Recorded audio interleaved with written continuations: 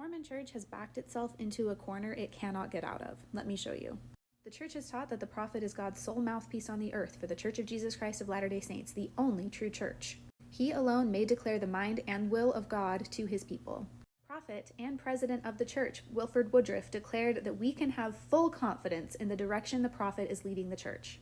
The Lord will never permit me or any other man who stands as president of this church to lead you astray.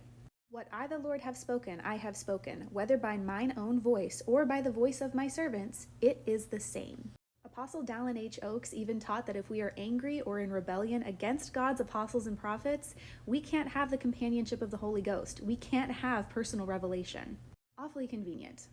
Follow the prophet, follow the prophet, follow the prophet, follow the prophet.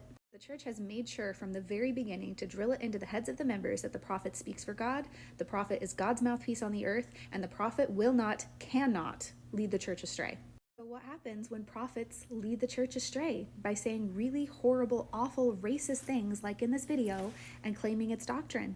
People say, either God is racist and he told the prophet to say that, or that prophet led the church astray, which the church says cannot happen. So that leaves a third option, that guy wasn't really a prophet.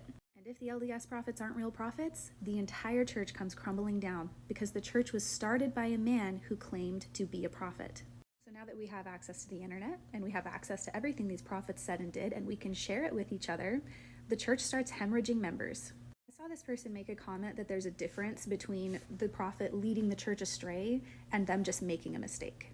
A mistake would be the prophet got caught drinking a cup of coffee, and that's really hypocritical because Mormons aren't supposed to drink coffee, and that was a mistake that he made.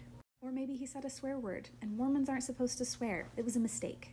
Telling all the members of the church that black people are part of an inferior race is not just a mistake, it's leading the church astray.